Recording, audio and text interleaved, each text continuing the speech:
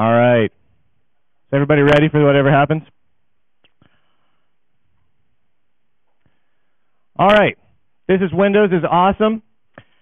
Is everyone here on purpose? Just out of curiosity? All right. So this is, I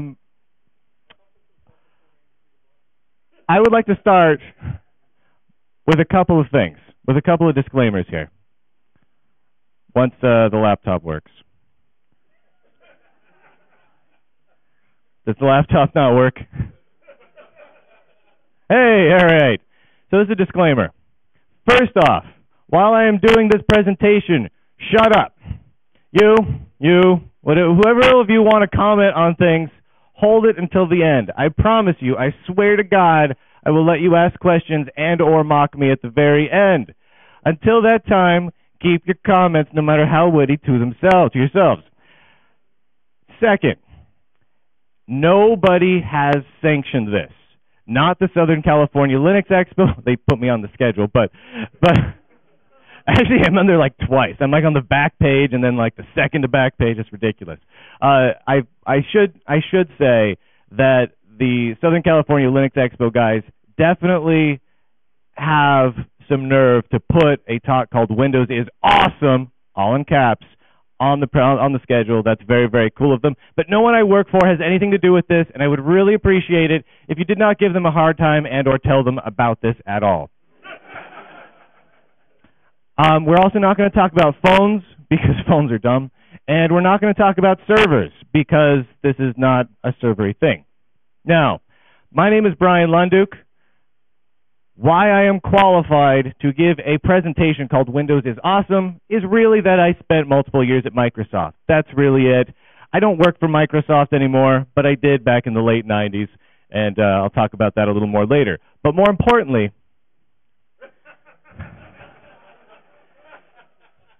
these are big, and these are brass.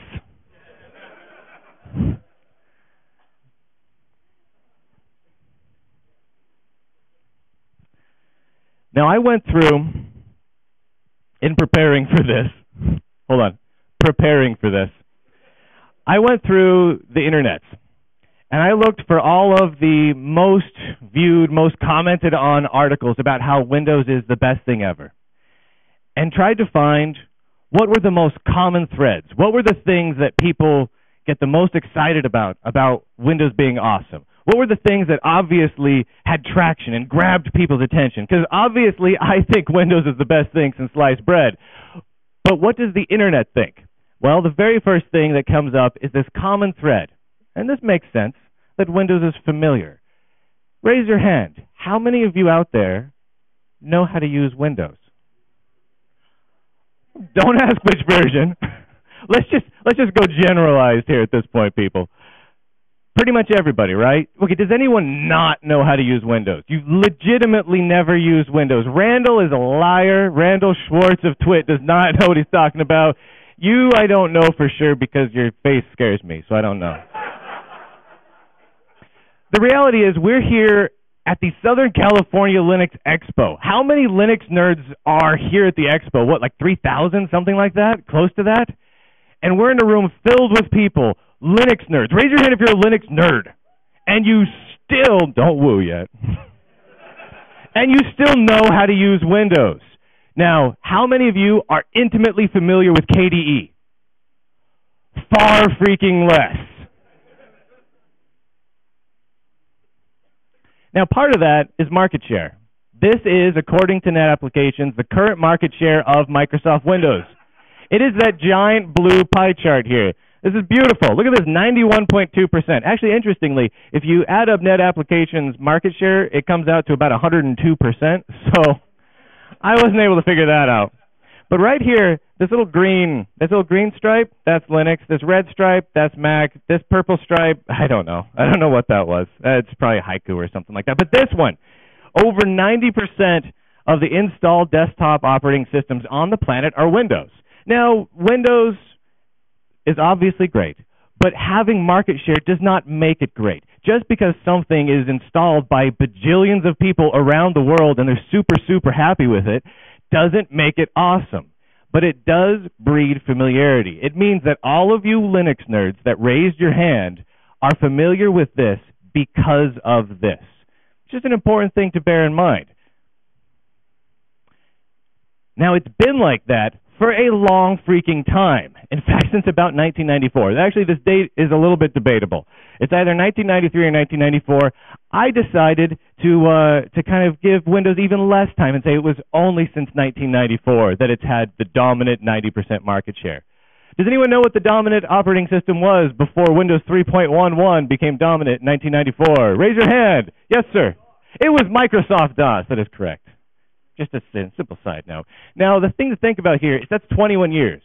That is 21 years of, and I'm going to read my slide on this, total Windows domination. That means they win. Now, how many years has anything dominated anything? A car company, anything, dominated a single market for over 2 decades. It just doesn't really happen that often. Hey, remember rule number 1, dude. This is Mosaic, the very first public release of Mosaic, running on Windows 3.11, of course. This was released back in 1994. This was released at the same time that Windows became dominant. This is how long ago Windows became dominant. That was the cutting edge of browsing the internet. That's how long ago this was.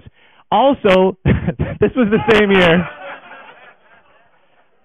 that I'll Make Love to You by Boyz II Men was the #1 song in America. So I kind of wanted to sing that just there, but I'm not going to. Now this screenshot, raise your hand if you can tell me what this screenshot is. You there. It is not Windows XP. This is, in fact, KDE. This is, in fact, the most downloaded theme on KDElook.org for KDE to make KDE look exactly like Windows XP.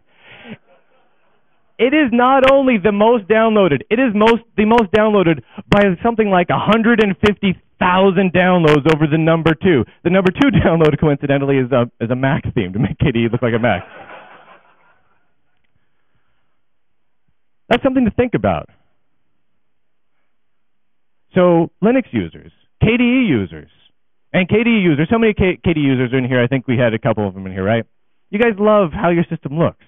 You guys have a passion for the theming and the design of your system. You like your widgets to be rotatable. You like all that weird crap. And this is what that guy wants his operating system to look like. Statistics. I read it on a website, sucker. But think about that. That means, and this isn't even the most recent version of Windows. How many versions of Windows ago was this? 3? I don't even know. But it was a long time ago, and that still is so familiar and so ubiquitous that even the people who should hate this the most desperately want it. We're going to move on for a little bit to the second most brought up thing, and that's software. You want software, you want Windows. End of story, right? If you want specifically, and we're not going to get into, how many packages are released for different platforms and how many applications are here and blah, blah, blah. You can use GIMP technically. We're not going to get into any of that. We're going to specifically talk about the fact that most businesses, most individuals need specific pieces of software, such as Microsoft Office and Adobe Photoshop. Those run on Windows. Do those run on no, those don't run. No. Okay. Same with games. Games. This is a pie chart representing the total number of games on Steam. That blue pie chart, which coincidentally is almost exactly the same percentage as the Windows market share, is how many games on Steam only run on Windows. The red chart is how many games run on Linux. It's not that different for the Mac as well. But again, if you want to be a gamer or you want to run software, clearly you need Windows. This is not in debate. This is not ever in debate. No one should be able to debate this. You don't want to talk about alternatives to games. You don't want to talk about alternatives to applications. Sure, you have Photoshop. Oh, well, let's teach people how to use GIMP. That doesn't fly for most people. You want to be able to run, let's say, a Project Gotham Racing or something like that. You don't say, well, let's use Tux Racer. That's just ridiculous. That doesn't fly. Driver support. Again, Windows is king. Because Windows has the market share, you know your hardware is going to work with Windows. That bullet point. It does not get any simpler than that. How many people have a Windows machine at home? Okay, that's almost everyone in the audience. Again, Linux conference. You guys are running Windows. And how many of you are able to use the hardware you want on your Windows machines at home? Raise your hand and do not lie. Do not lie. I know you. Do not lie. Right, a few of you lied. And Windows is pre-installed. It comes on almost every computer on the planet. It comes, you open the box, you plug it in, Windows starts up. It runs right out of the box, and it's not broken. Most people like it. Most people use it. They use it every day, and it works fine. They don't need to reinstall it, at least not very often, and it doesn't need to change for them. If it ain't broke, don't fix it. I want to tell a story about a popsicle. When I was a kid, I grew up in Sacramento, California. Has anyone here ever been to Sacramento? Sacramento is hot. It's a very hot place. And so during the summer months, you need popsicles. You need them. Otherwise, you die. I lived on a very, very busy road. Very, very busy road. One of those big, 2 lanes each direction kind of boulevards. But if you walk out my house and around the corner and down a block or two, you get to a friend's house. It was kind of like a checkpoint for me. I get to my friend's house and knock on the door. Can Brandon come out and play? Yeah. Brandon comes on out. We have a little bit of pocket change in our pocket. This was, early 80s. Didn't take much. So from there, we walked up a couple more blocks, walked around another corner, busy boulevard. Where our parents were, I don't know. We walked up there. There's a little gas station. They had these popsicles, these red flavored popsicles. Who can tell me what flavor those popsicles are? You, sir. Raspberry. No, that's not true. It's red flavored. Yeah. I really don't know what they were, but they were frigging delicious. And we got them, I kid you not, during the summer, probably almost every day. We knew the route by heart. It was familiar. And those popsicles were familiar. They didn't really have much else at that gas station. It was a crappy gas station in Sacramento, California. But they had those red popsicles, and they always had those red popsicles. We walk around the block, we walk up the street, we turn the corner, bam, we pay a quarter or whatever the heck it was back then. It's crazy that we could pay a quarter for a popsicle. Anyway, we get a popsicle, and it was delicious. And we did that for 2 years, 3 years, two or three summers in a row.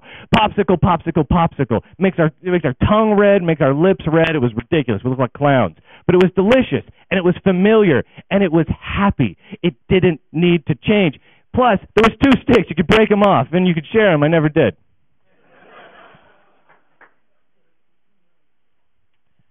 I'm not going to talk about this slide. This is the next release of Windows. Now, I'm not going to look backwards. I'm not going to go show screenshots of Windows ME, because even the Microsoft guys, we admit, Windows ME looked pretty stupid. But that's sexy.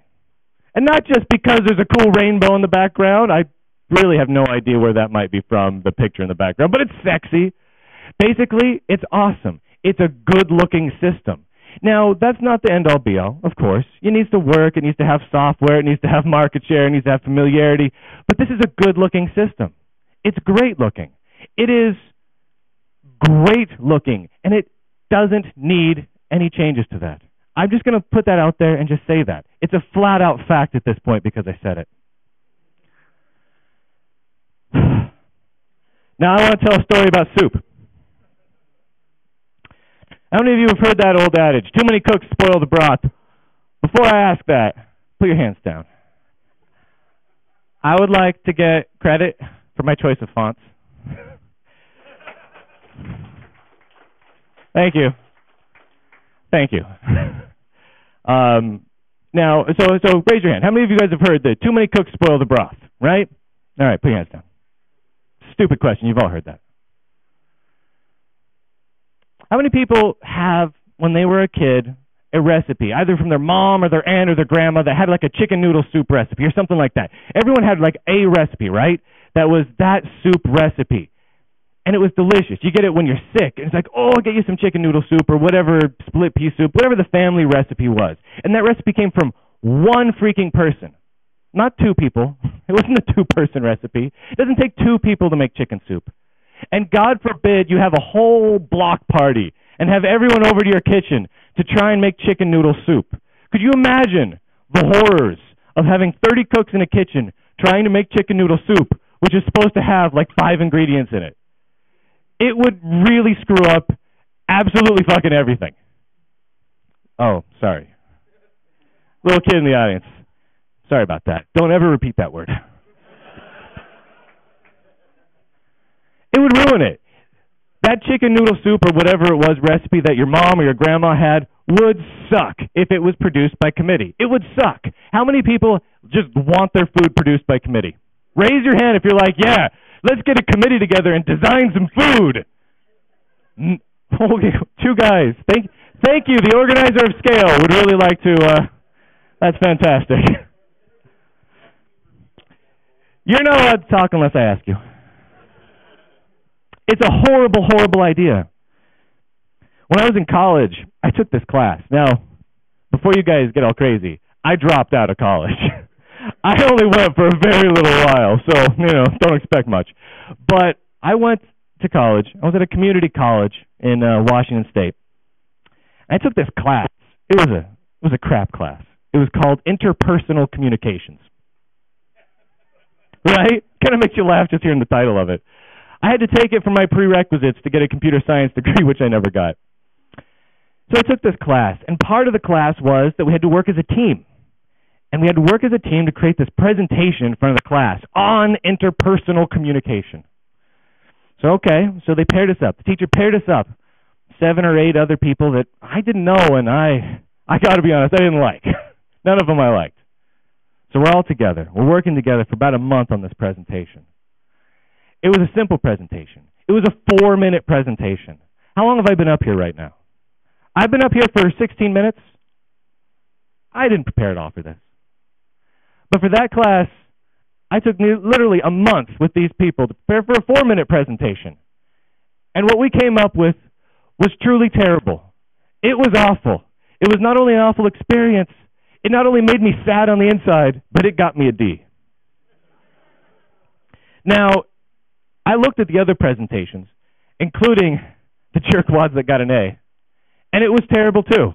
What they put together was truly awful. It was, one slide and, talking to people is fun. You should respond to people when they talk to you. That was pretty much it. That was all they did, which you could kind of guess from the title of the class. But the thing that screwed it up, the thing that made me get a D in that class, which I blame on destroying my entire academic career, I actually just dropped out because I was bored, but was that I had to work in a large team of people with disparate ideas that just couldn't come together on one singular cohesive strategy of how to build this stupid freaking presentation. The same is true of chicken noodle soup. If you have your old grandma and she's got an idea of how many carrots to put in your chicken noodle soup, just let her friggin' do it and it might be delicious. Now, applying this to Windows. Windows is not a giant community effort. There is one corporation at the helm. There is one executive that says, this is how we will frigging make this. Whether you like tiled grid stuff or not in Metro, they made that decision and they went for it. They made it happen. And because they had that singular focus and not designed by community, they were able to build something with a vision and actually make it great. This is the same thing that the Mac fanboys harp on constantly, that you have Steve Jobs or whoever else at the top of the helm, and they can say, we have this vision. We have control over our software. We have control over our hardware. Therefore, we can make it great. And the laptop went to sleep because I've talked too long. And that's how they make it great. That is how Microsoft makes it great. That is how Microsoft has made it great for the last 21 plus years. And it's ridiculous that no one else can figure that out.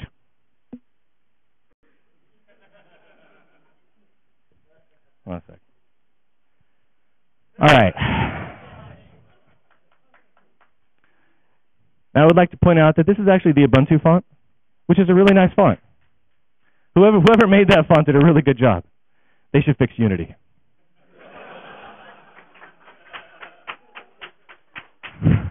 Sorry, guys. My name is Bryan Lunduke. I actually really like Linux. I did spend a couple of years at Microsoft in the late 90s, back during the Windows 2000 launch. And I was just a kid. I was a little kid. I was 19 years old when I got my first job at Microsoft. And I actually worked, believe it or not, on the Windows Media Player cross-platform team, which means I used to work on Windows Media Player for, and this exists, Solaris. That was a real thing. When Windows 2000 shipped, again, I was a Solaris dev at that time. Microsoft threw a party, Windows 2000 launch party. This was going to be awesome. Was it Windows 2000? Yeah. And they held it, and it was an amazing party. It was a truly stellar party. They spent so much money on that party. They had an inflatable laser tag arena. It was amazing. Now, at that point, I had never used the shipping version of Windows that they were shipping because it wasn't part of my job at Microsoft. I didn't need to do that. So I was a little left out. I was kind of the redheaded stepchild, you know. We were off over here, this little tiny nerd team of some Mac devs and some Solaris devs, and we were really off to the side. But we were definitely going to play laser tag and eat all the free food. So we go to this launch party, and Steve Ballmer was there, of course. And he gets up on stage to give the talk, to get the troops really excited. So me and a buddy, who's also a Solaris dev at the time, we go up to the front of the stage because we're like, this is badass. This is cool. I mean, you know, we're both little kids, right? Some big giant wig like Steve Ballmer's up there talking. We're going to go stand in front of the stage. And so we got one row back. You know, it's a standing only thing. There's no seats. We're one row back, and Steve Ballmer gets up on this makeshift stage that they produced for him. And he gets up, and he does this thing. You guys have seen his developers thing. All right. He didn't do that. He didn't do anything crazy like that. But man, he was moving, and he was moving around the stage. He was talking, and he was freaking out, and it was like, whoa, this guy's really pumped up. And for a little bit, you know, me and my buddy were kind of getting into it. We're like, this is cool. We're working for this company. We just played laser tag. We're gonna watch this, and then we're gonna eat the taquitos and play more laser tag. This is the best. So then, this was back in 2000. Steve Ballmer starts talking about Linux. How do I say this without being offensive? He used an offensive word, but he specifically said, and I quote, "I hate Linux," along with a few other things. And he was directly in front of me at that point. Well, more in front of my friend who was standing next to me, but he was about here, right about there, right? So you're Steve Ballmer. Stand up for a second. All right. Okay. Shh. All right. Go, yeah! That's about right. All right, so that's pretty close. All right, so he's about that far away from me, and he's just hooting and hollering. And he starts ranting about how he just hates Linux. And he was just going on about it. And he was talking about how great everything at Microsoft is. And you know, at that point, we start feeling a little uncomfortable because, you know, I wasn't a Linux dev at that time. I was doing Solaris stuff. But, you know, it's kind of related. We're the Unixy dudes, right? And so me and my buddy were getting a little nervous now. I mean, it wasn't like he was going to attack me or anything. He was going to lunge down and, like, eat my face or anything. But it was, you know, it was like, okay, that's a little different. Well, let's go eat some taquitos. So we go get some taquitos afterwards. And we're kind of looking at each other laughing about it. And both of us wear glasses because both of us are blind as a bat. And we realized it was very hot and foggy in there. Take off our glasses, just covered in droplets. Means I got spit on by Steve Ballmer. This story has absolutely nothing to do with this talk.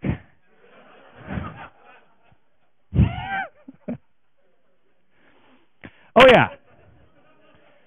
I just wanted to remind everyone that I gave a talk called Windows is Awesome at Southern California Linux Expo, and it is full. So give yourself a round of applause for being awesome.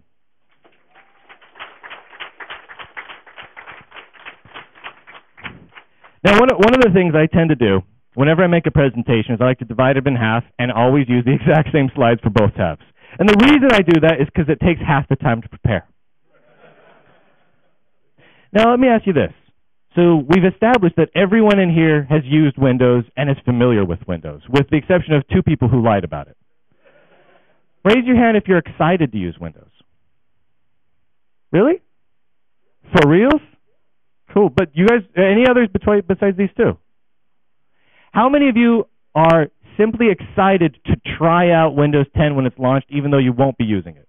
A couple. You want to check it out. Do you intend to run Windows 10? So what do we got? 10-ish? That guy's just not sure. So even though you're familiar with it, you don't necessarily want to use it. Does that mean that there's something wrong with us? Because the rest of the world thinks very, very differently. They're very familiar with Windows, so that's what they use. All of you, including myself, are intimately familiar with Windows, and yet we're choosing not to use it. I believe that means we're diseased. And one of the thoughts that came to me as I was thinking about this is that the old adage of familiarity breeds contempt, right? You get to know something, you start knowing its warts, you start knowing that, there's some skid marks in the underpants, and you just don't want to necessarily use that. But it's because you know it really well, right? You start to know it really well. But the thing is, how many of you are intimately familiar with Linux? Hands up. Pretty much everybody. How many of you just have contempt and hate Linux? Okay. That was a good ironic hand raise. I liked it. So it's not that familiarity breeds contempt. It's not that. It's that suckiness breeds contempt. And it's just kind of something worth thinking about. How many of you, and we've all established that you understand and use Windows, but you don't want to. How many of you feel that Windows sucks? More people than actually don't like Windows. Okay, so that's awesome. I wish I took actual numbers for that.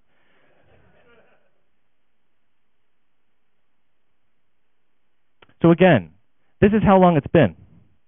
It's been since 1994 that it has been king. 21 years. That is so long. That is so long. If the things were all the same and for 21 years, we would still be using Mosaic. If things were the same for 21 years, we would listen to nothing but I'll Make Love to You by Boys to Men, which wouldn't be so bad.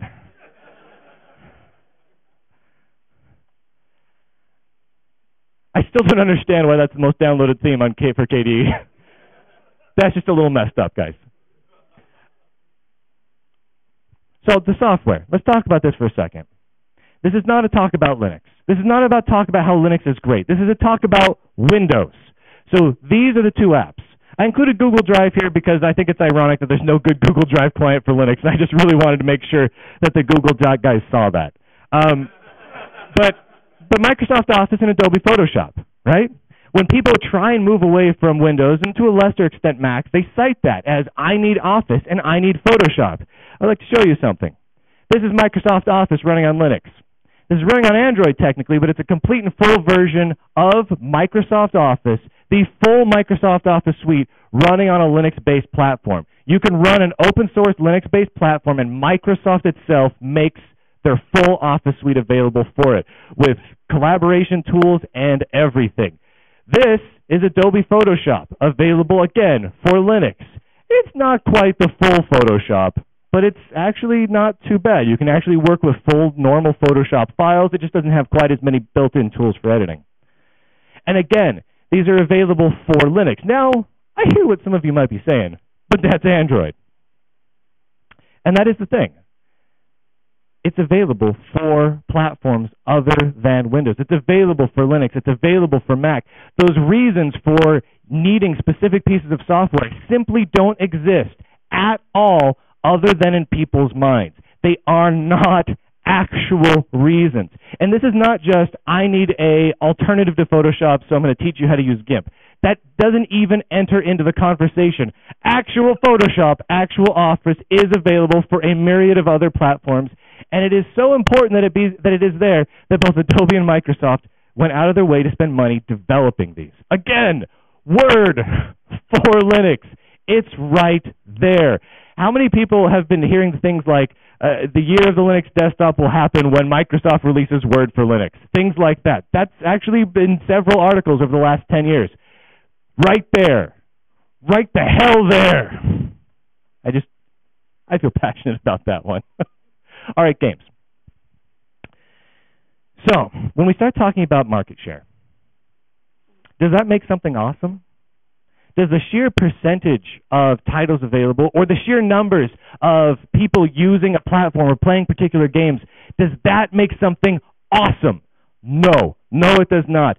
Doing cool things makes people awesome. Doing cool things makes operating systems, platforms, games, software. That's what makes them awesome. So let's take a look for a minute and look at some of the cool things that are happening in the gaming sphere that have absolutely nothing to do with Windows, that kick the butt of anything that's very Windows specific. Oh wait, first let's talk about this. On the left is a 1995 Toyota Corolla. That is one of the most driven cars in America. And it's fine. If you sit in it, it will turn on. And it will drive. And it does not look offensive. On the right is a Tesla. If you were to make a pie chart showing the actual market share comparing these two automobiles together, the Tesla would be even smaller than that tiny little pink strip of unknown operating systems that I showed earlier. But which one is awesome? Raise your hand if you think the Toyota Corolla is the most awesome thing ever. I don't even, you want 4? That's the thing. They're like the Pop-Tarts of cars. Tesla, hands up. Awesome. Awesome. Has nothing to do with market share. Nothing. It has to do with awesome. That's what we're trying to get out here. Not market share, not familiarity, because every car on the road looks like this one. How many, look at, what's this car? I don't know what that is. Could be a Toyota Corolla. This one? Probably a Toyota Corolla. I don't know. That one might be made by Saab, but it's probably also just like a Toyota Corolla. That's a fucking Tesla. Sorry.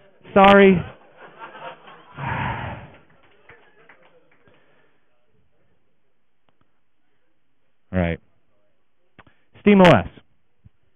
SteamOS is, of course, based on Linux, which is awesome, but most importantly, it's not Windows. Now, Steam runs on Windows. That's great, but that's not where one of the most important and influential game developers and publishers of our time is deciding to put its focus for its platform for the freaking future of its company.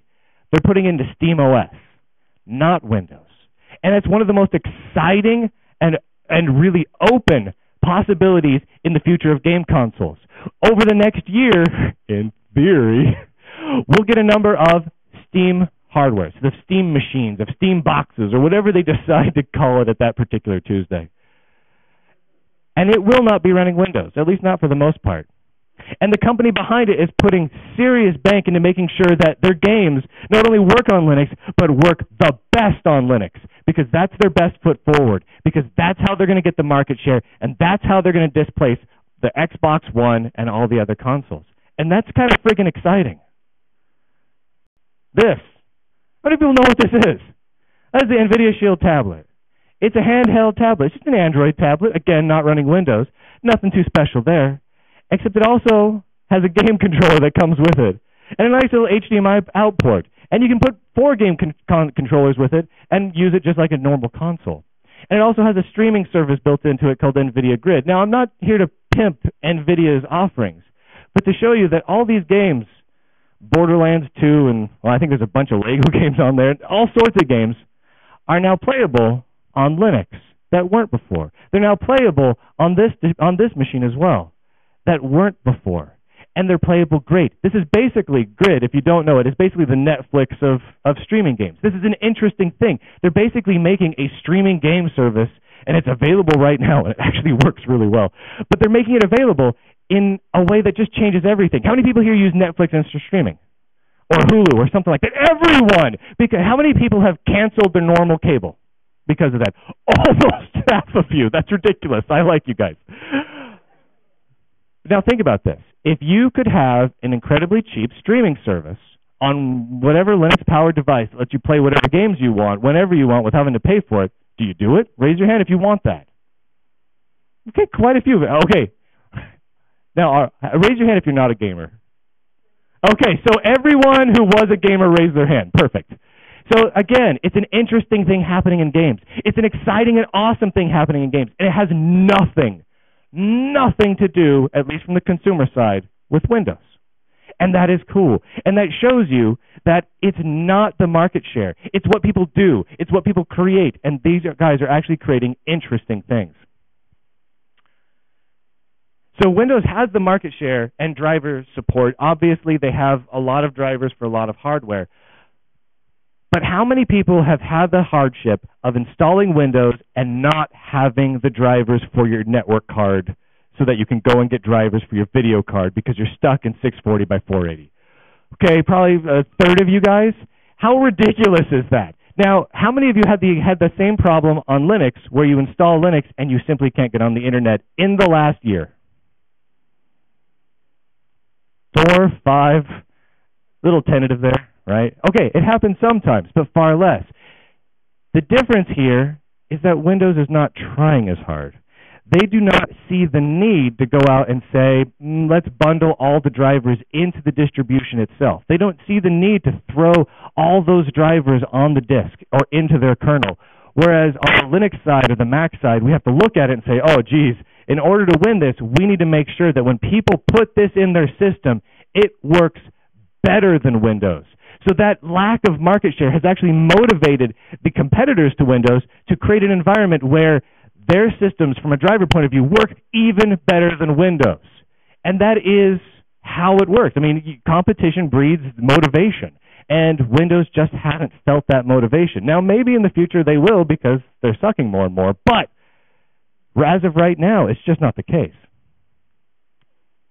Okay. So Windows is pre-installed on most systems. Granted, not the systems that we gave away last night or on Friday night from people like System 76 and Pogo, who do a great job of putting Linux on their systems. But on most systems, Windows comes pre-installed. But here's the thing. It may be ready to run right out of the box. But I like the old adage, and it's not that old of an adage because I've only been saying it for a while, but if it ain't broke, break it and build something better.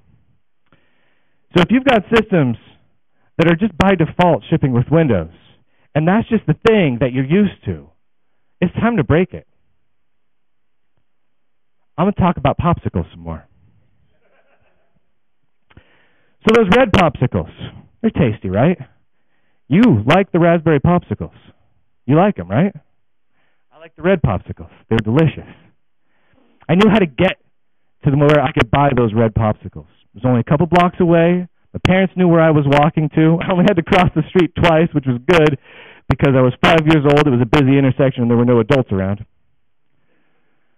But as it turns out, about 1 block down the road, there was a convenience store. It was a little bigger than it wasn't quite a 7-Eleven. It was kind of a Circle K or something like that. They had a lot of stuff in there.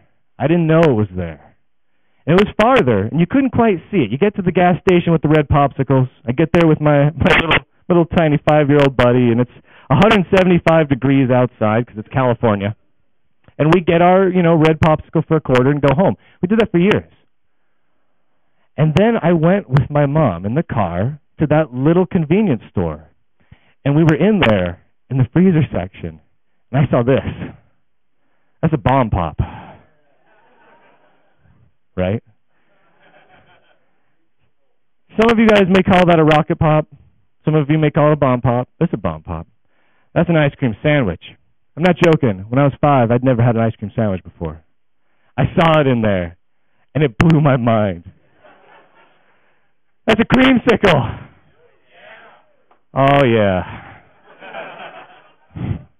And here's the thing that's amazing about those 3 things. And there was others, too. I tried all sorts of them. The cookies, the chocolate chip cookies. Oh, yeah, the chip which. Oh, my God. What was that? Yeah. Oh. See, we could go on and on like this, guys. But it blew my mind. I had no idea that so many things were available to me for less than $1. And then as we left, I'm like, man, I was spoiled. I got one of these. My mom bought me one of these. She was a good mom. So we walk outside. We get in the car, and we start pulling out of the parking lot, and I look off to my left. There's that freaking gas station I've been going to. I didn't realize it was right there. This was the moment. This was the moment. Have you ever had that moment where you realize the world is big. That moment when you're a kid, when you know you're going to your uncle's house, your grandparents' house, and you know you have to sit in the car for an hour to get there, but it's almost like a magical transportation device for a lot of years. And you just get in the car and your parents drive you there and it's boring and you have nothing to do because video games in the pocket haven't been invented yet and it sucked. But then you realize, wait a minute, I've passed that before. And you start to get a sense of the geography, of the lay of the land. And it starts to all make sense. And it starts to click. I had that moment that day. I realized I could just walk for 2 extra minutes and get a bomb pop. I realized that ice cream sandwiches were a real thing. And not just some sort of weird dream I had. I never got a red popsicle again. And it wasn't because red popsicles were terrible. But it was because I could go one step further. I could change that stupid route I always took with my friend and get a bomb pop. And it just took a few extra minutes. Now, interestingly, my buddy, Brandon, who is a tool. Sorry, Brandon. He was reluctant to this change. I explained to him, the popsicles are better over here. He looked at me like I was stupid. It's a popsicle. I'm going to eat it. It's going to be good. I'm fine with that. He had his, 50 cents, 75 cents in his pocket, and that was enough. That was enough to get him a red-flavored popsicle, and he just wasn't interested in it. I made him follow me, and he was worried about it because he's like, I don't know where we're going. You couldn't see this convenience store. It was like kind of around the corner a little bit. You can't see it until you're kind of pulling out of it. And I'm like, no, trust me, man. He was worried. He's like, well, my mom doesn't know I'm going over there. And I'm like, screw your mom. So I convinced him, and we go over there. And my little buddy, who was, okay, think of me as a 5-year-old kid, right? So he was about up to here on me. Big head, big old kind of a fro on him. He gets in front of this ice cream section, and his eyes just go wide. He had no idea. And I felt so proud because I just blew his mind like my mom had blown mine. And he never went back and got those popsicles either, at least not that I knew of. Don't go sleep. It's kind of like Windows that way. You get used to something, so you just keep doing it. It doesn't make it awesome. It doesn't mean there's not bomb pops around the corner that you could be friggin' eating instead of red flavor, which, granted, this is red flavor. I'm not going to lie. This is red flavor, this is white, and this is blue. Those aren't actual fruit flavors. That, though, God damn it. But sometimes it takes that extra nudge. Sometimes it takes that extra nudge. Now, I'm not saying, that's the reason that people need to switch from Windows to Linux or some crazy thing like that. But sometimes something is not great just because you're used to it. And I've been amazed at how many articles are written by, I'm going to use air quotes, journalists that talk about how Windows is superior. And one of the reasons they always give, is familiarity, or a version of familiarity. People know how to use it, therefore it is better or superior. And that blows my mind because they're missing out on bomb pops. This is Windows 10. I'm going to be honest. It actually does look pretty nice. All right. Do you guys actually think it looks good? I mean, just looks. Looks point of view. Well, don't give me a monologue about it. Just raise your friggin' hand. Okay. So, okay, enough of us think it looks, I actually think it does look nice. I don't know that I'd use it based on that look, but I think it does look nice. Okay, so that's what it looks like. It's not a terribly customizable system. You get what you get, and that's what it looks like. This is American Gothic by Grant Wood. It's a kick-ass painting. Look at this. Look how judgmental she looks. But I mean, it's a great painting.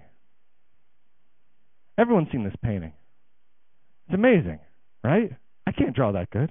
I can't even make stick figures that good. It's a beautiful painting. Look at it again. This is American Gothic by Grant Wood. This is what it looks like. It's a beautiful painting. Okay, I'm looking at his overalls now. Checking out whatever the heck that is there, a little brooch thing. Okay, I've looked at it. I'm really soaking it all in. It's a beautiful painting. Beautiful painting. Keep looking at it. Don't stop looking at American Gothic by Grant Wood. Painted in the 1930s, 1932, something like that. Any art nerds? I don't know. I don't remember. Beautiful, beautiful painting. Don't look at anything else. That was really loud. Keep looking at it. Seriously. This is a beautiful masterpiece. This is a masterpiece. Now, if we are assuming, and this is a wild assumption here, that Windows 10 is an amazing masterpiece of visual design, something that you look at and you think, damn, that's some art. Do you still want to look at it every day?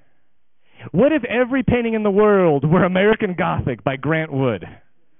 What if 90% of every picture hung in every household on planet Earth were American Gothic by Grant Wood? Every room, the bathroom, sitting on the toilet, being judged by Mrs. Gothic, getting out of the shower, there she is. He's just dumbfounded. Every day. How much would that suck? How much would our lives suck? How much would the entire world suck if that was 90% of it? That would blow so hard. Blow so terribly hard. So the spoiling the broth thing. It's true. How many of you guys have seen Linux and open source projects that have had way too many cooks in the kitchen? Raise your hand. Yeah. Yeah, it sucks. How many of you, though, have seen Linux projects that piss you off that have one guy at the helm? Even more. Even more. Go ahead and name some of them real fast. You have 20 seconds. All of them are saying System D. Sorry, Leonard. All right. I think we get the point. But now here's some other statements. I forgot the word hands. Many hands make light work. Spell check does not catch it when you're just stupid. And that's true. Many hands make light work. If you're making a chicken soup and one person's chopping the carrots, one person fills up the water and boils it, one person's chopping up and cooking the chicken, it is lighter work. If you add a few too many people, you end up making split pea soup mixed with chicken noodle soup and it sucks.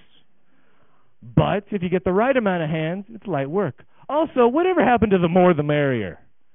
Whatever happened to let's all come together as a crew and be awesome and have a good freaking time? Why does it have to be not fun? When you think of Windows, do you look at it and say, damn, I bet those guys had some fun? No. The motto of the OpenSUSE project is have a lot of fun. That's the motto. Have a lot of fun. I'm not up here to promote OpenSUSE. It's awesome.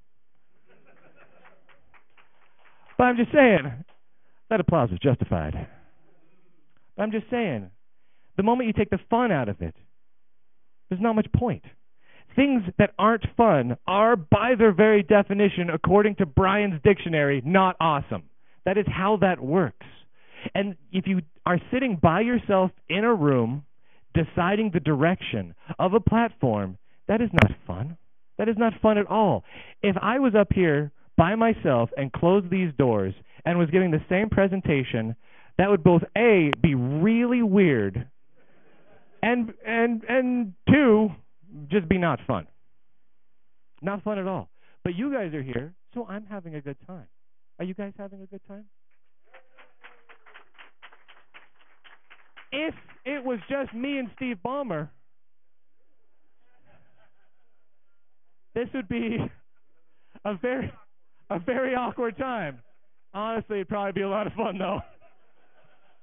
But the more the merrier. And that's just how it works.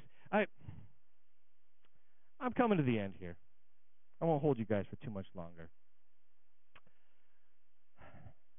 But that's the basic idea. Out on the internet, people like to say how this thing is better than that thing, or how Windows is superior because of X, Y, and Z. And the reality is that 90% of the reasons given are bullshit. And not because you can say, well, but you want Photoshop, you use GIF. No. The actual reason itself of, you can't get Microsoft Office or Photoshop on the other platforms is a lie. People talk about how the familiarity is important. It turns out, no, it's not actually important. You can talk about how that it's important. You can pretend that it's important, but it's not actually important at all. But most importantly, if you're not doing awesome things, none of that actually matters. If you would like to yell at me, you can feel free to do so. I like that. If you're on YouTube and you are watching this, and other people have chimed in about what an expletive I am, and they clearly have not watched this video to the end, please berate them. Thank you. Now,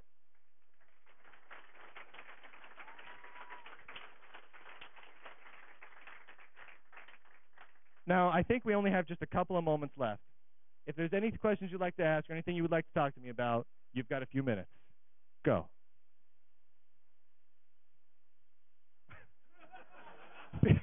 Because I don't have a freezer. No, I thought about having some goodies, but that didn't quite. No. You guys aren't worth it. Anything else? Randall? Anything? It's American Gothic is a picture of a father and his unmarried daughter. Is Randall making that up, or is that actually true? I can't tell anymore with Randall Schwartz. It is way more creepy. Hold on. That's his daughter? That's just mean to Jennifer, man. She's America's sweetheart. Any other questions that hopefully are less creepy than what Randall said? All right. Thank you, everybody. Enjoy the last few hours of SCaLE.